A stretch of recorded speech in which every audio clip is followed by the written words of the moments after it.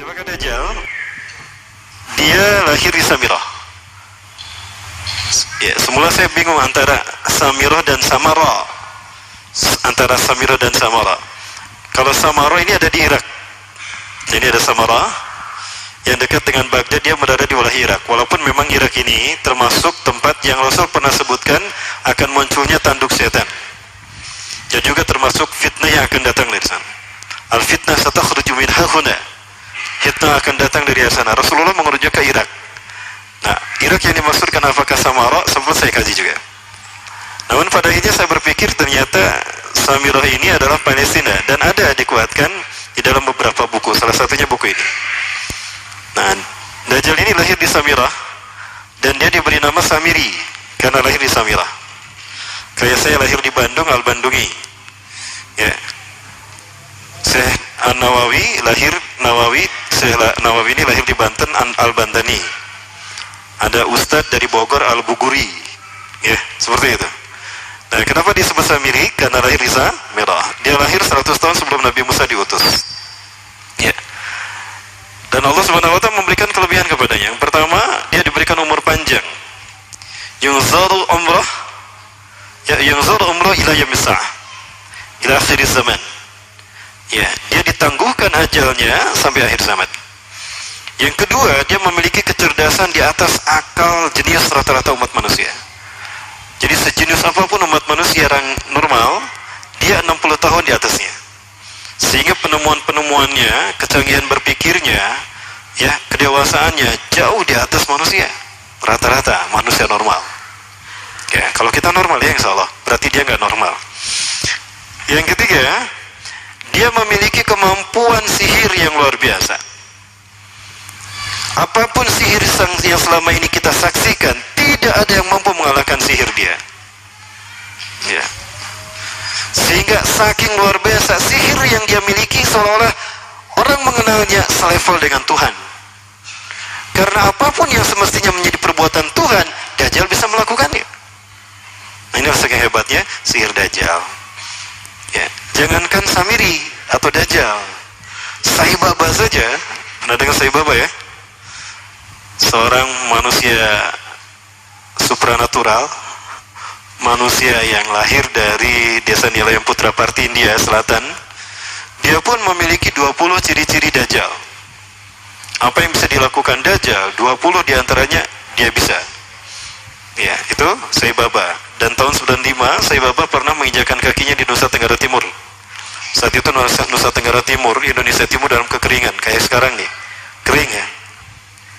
Ini udah mulai musim kering nih. Saya sedang menghitung hari. Kalau kering seperti ini terjadi 3 tahun, waspada. Karena sebelum Dajjal muncul akan ada musim kering selama 3 tahun berturut-turut. Apakah ini tahun pertama dari 3 tahun tadi? Wallahu a'lam. Baik.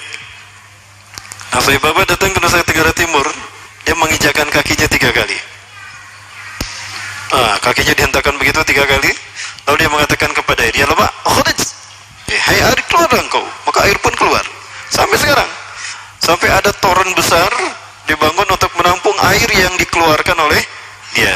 Pada dasarnya ini adalah izin Allah. Namun ini istidrat bagi dia. Nah, diberi nama di tulisan di torennya itu tulisan Sai Baba Water Foundation. Itu tahun 95 tuh. Namun sekarang dia sudah mati. Ya, alhamdulillah.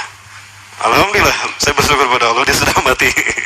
Ya, dan dia sedang dipukuli oleh malaikat Zabaniyah di kuburnya. Kamu ya yang ngaku Tuhan, hobok dipukul tuh sama malaikat Zabaniyah.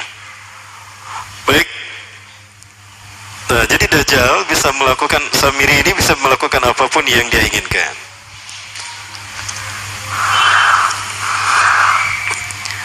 Nah, nasab kelahirannya adalah nasab yang aneh para Allah. Ya, dia lahir dari termasuk Bani Israel. Ya, Bani Israel ini keturunan Nabi Yakub. Yakub itu gelarnya Israel. Keturunannya disebut Bani Israel. Dari Yehuda. Yehuda ini adalah anak laki-laki dari istri pertama Nabi Yakub alaihissalam. Ya. Nabi Yakub istrinya berapa teh? Kok nanyanya sama teteh nih? Ya. Kang dengerin Kang, Nabi Yakub istrinya berapa teh? Nabi Yakub istrinya 4. Yang pertama bernama Ya'la. Dari Ya'la ini melahirkan 6 orang. Salah satunya bernama Yehuda dan Lewi. Lewi melahirkan Nabi Musa alaihissalam. Yehuda melahirkan bangsa yang kita kenal Yahudi. Salah satunya Yehuda ini melahirkan generasi yang pada akhirnya melahirkan Samiri. Ya. Kalau Rahil istri yang kedua, dan ini istri yang paling dicintai oleh Nabi Yakub, melahirkan 2 anak, Bunyamin dan Nabi Yusuf. Nabi Yusuf dan Bunyamin. Yang lainnya juga sama melahirkan 2 anak. Kahit dari Ya'la melahirkan 2 anak, Dam dan Naftali. Ya, anak tertua dari Nabi Yakub dari istri pertama bernama Raubin. Ya, apakah Robin Hood? Saya tidak tahu. Yang penting hampir sama namanya Robin. Nah, dari Yehuda inilah lahir Samiri. Nah, ayah dan ibunya, kakek dan nenek Samiri ini adalah para penyembah berhala. Karena Samiroh saat itu terkenal penyembah berhala. Nah, ayahnya ini lahir dari proses perzinahan adik dan kakak, incest. Adik dan kakak berzina, lahir ayahnya. Adik dan kakak berzina, lahir ibunya. Jadi ayah dan ibunya ini lahir dari proses yang haram. Dan ketika ibunya menstruasi, disetubuhi sama ayahnya. Jadi itu peluangnya dari 2000 persetubuhan dalam keadaan menstruasi, 1 bisa jadi. Karena menurut penelitian medis juga, bahwa darah kotor tidak menghalangi terjadinya fertilisasi, tidak menghalangi terjadinya reproduksi manusia. Jadi tetap pembuahan ovum oleh sperma bisa terjadi walaupun ada dalam medium darah kotor, menstruasi. Ya, nah ketika itulah hamil dan lahirlah Samiri. Rasulullah SAW menyebutkan dalam Musnad Imam Ahmad, ya, ayah dan ibu Dajjal ini melewati perkawinannya selama 30 tahun tanpa melahirkan seorang anak pun. Dan di tahun ke-30 pernikahannya melahirkan Dajjal, melahirkan Samiri. Kelahirannya ini akan menjadi petaka bagi kedua orang tuanya. Dia adalah orang yang paling sedikit manfaatnya dan paling banyak keburukannya bagi manusia, terutama bagi kedua orang tuanya. Bahkan ketika dia lahir, alam semesta menolak kelahirannya. Dordar gelap, hujan badai, petir. Itu terjadi di malam di mana Samiri dilahirkan. Seolah-olah alam menolak kehadirannya. Ya, seolah-olah alam menolak kehadirannya. Nah, sejak lahir sampai usia 5 tahun dia tidak netek sama ibunya. Kebayang, 5 tahun air susu ASI tidak ditetehkan. Itu yang menyebabkan terjadinya kanker payudara. Maka ibunya pun meninggal gara-gara kanker payudara ini. Ya, saya dapat berita dari beberapa orang pengidap penyakit kanker payudara. Rata-rata penyakit kanker payudara ini terjadi karena ketika menetehkan itu hanya sebelah. Ya. Jadi ibu-ibu yang hamil, yang menyusui, upayakan dua-duanya disusukan. Ya, karena apabila cuma satu saja, yang satu itu yang akan terjadi peluang resiko besar resikonya terkena kanker payudara. Nah, ibunya meninggal gara-gara itu. Terbukti apa yang disabdakan Rasulullah. Kelahirannya menjadi petaka bagi kedua orang tuanya. Begitu pula ayahnya, maka ayahnya menjadi single parent. Ya, single parent apa single parent? Ya itulah ya, single parent. Dibacanya parent ya, parenting. Nah kemudian di tahun yang kelima, sejak lahir sampai 5 tahun, kenapa dia tidak menetek pada ibunya? Karena kerjanya tidur melulu. Disebut mati, dia bernafas dan cuma berdetak. Disebut hidup, dia tidak bergerak. Antara hidup dan mati. La yamutu wa la yahya. Nah maka di usia ke-5 tahun, nah ini terjadi peristiwa yang menarik. Apa itu? Samiri bangun dari tidurnya di tengah malam dan tidak ada orang yang menyadari Samiri bangun.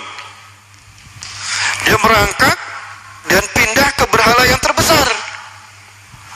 Ya, saya tidak tahu apakah berhala yang terbesar ini Marduk. Kalau di zaman Nabi Ibrahim, berhala terbesar itu Marduk yang tidak dihancurkan oleh Nabi Ibrahim.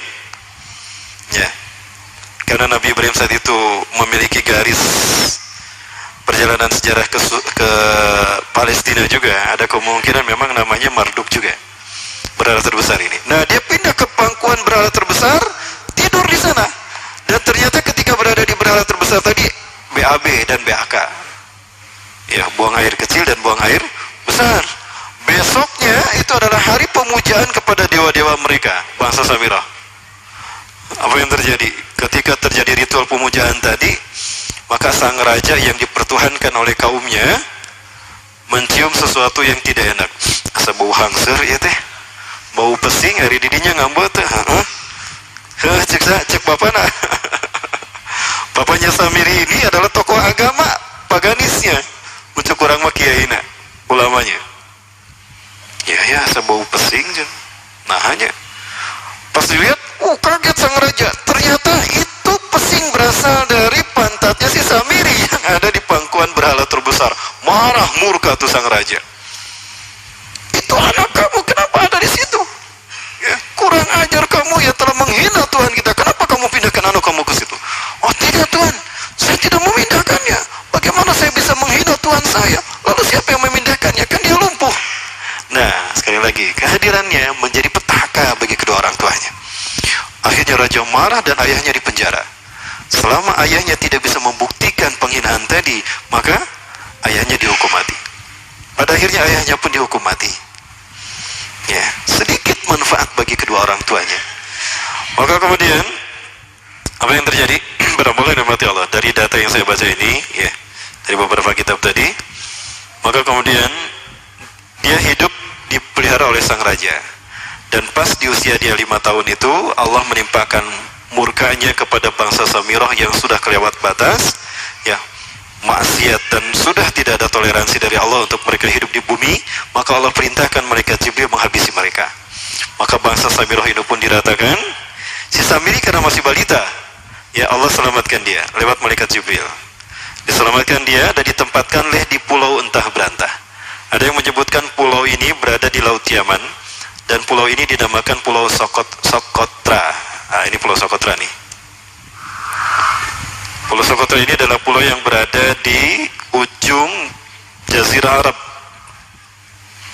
Kalau kita lihat Jazirah Arab, nah ini Jazirah Arab ya, ke sana ke Saudi Arabia, di perbatasan Saudi Arabia dengan Yaman, ya, Yaman, Oman, ya.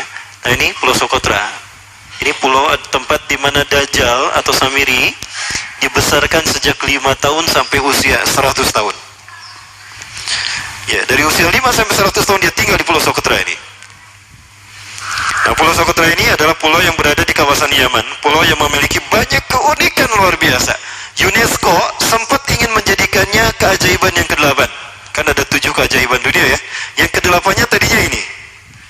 Namun karena dia terkait dengan Samiri Dajjal, maka banyak negara yang menentangnya, terutama negara-negara yang menjadi pengikut Dajjal. Maka pada akhirnya pulau ini dirahasiakan. Nah, sebetulnya pulau ini unik kalau kita ingin berkreasi ke sana. Namun karena posisi yang terpencil, jarang orang mengikutinya. Para wisatawan jarang mengunjunginya. Padahal sesuatu unik, termasuk binatang dan penghuninya tuh unik-unik. Pohonnya unik-unik. Nanti kita lihat penampakan, ya. Dunia menyebutnya pulau ini dengan pulau julukan dari pulau alien hingga pulau neraka. Ya, ada juga yang menyebutkan The Jekyll Island. Pulau Jekyll Island itu bahasa barat, kalau bahasa kitanya pulau Dajjal. Ya, sama dengan pulau Sedir ya, itu juga The Jekyll Island. Nah, Pulau Sokotra kaya dengan flora dan fauna yang unik hingga saat ini belum ditemukan di tempat lain. Jadi tidak ada flora dan fauna yang ada di pulau ini yang ada di pulau lain di seluruh dunia. Hanya ada di pulau ini. Makanya di pulau inilah Allah ciptakan satu binatang yang unik juga, yang disebut dengan jasasa. Jasasa, binatang jasasa itu artinya mata-mata. Tajassa yatajassu tajassusan wa jasasatan. Artinya pemata-mata, spy. Binatang ini bertumbuh besar, dhahmatun kabirah, tughatti jismaha, ya, asy'ar. Hatta la nastati' an nufariqa ayna wajhu wa ayna dubruh. Tubuhnya besar, dipenuhi dengan bulu, sehingga saking penuhnya bulu kita tidak bisa membedakan mana dubur, mana wajah. Yang menghadap itulah wajah. Bila kok orang menghadap dengan dubur, ya kan nggak mungkin ya. Yang menghadap pasti wajah. Baik. Ya. Karena itu pulau ini pernah dilestarikan sebagai salah satu dari 7 keajaiban dunia yang baru, ya. Nah, baik, ini contohnya nih. Saya perlihatkan keajaiban dan keunikan. Ini adalah padang pasir di Pulau Sokotra. Ya. Ini padang pasir di Pulau Sokotra. Ini burung, salah satu jenis burung yang bisa kita jumpai di Sokotra. Dan ini kepiting unik, kepiting kepiting Pulau Socotra. Aneh ya, kepitingnya seperti itu, kayak Mr. Crab, Mr. Crab, ya. Di film apa? SpongeBob, ya. Ini laba-laba langka di Socotra, mirip tarantula. Dan ini pohon darah naga yang ada di Pulau Socotra juga. Pokoknya pohon-pohonnya unik, berambal, arah-arah aneh pokoknya. Nah, ini salah satu jenis pohon Dorstenia Socotra. Dan ini juga pohon yang lain, pohon Dendrosicyos Socotra. Saya sebutkan lagi ya. Nah, hal ini yang membuat Dajjal terinspirasi, ya, karena dia hanya menjumpai binatang dan tumbuhan langka, flora fauna satwa langka di pulau ini. Ini menjadikan dia terinspirasi untuk menciptakan makhluk. Jangan salah, Dajjal kecerdasan yang mampu melakukan cloning dan mampu melakukan berbagai macam riset dan eksperimen. Hatta eksperimen yang mengilhami film Hulk itu Dajjal bisa melakukan. Ya, jangan salah penuh. Bahkan ketika orang membayangkan kendaraan tercanggih itu pesawat terbang, Dajjal sudah mampu membuat piring terbang dengan kecerdasan dia. Ya, Rasulullah menyebutkan kendaraan Dajjal itu, ya, dia bisa terbang, kata Rasulullah, dan kecepatan terbangnya 5 km. Terbaca berapa 5 km? Ya, ada ya 5 km.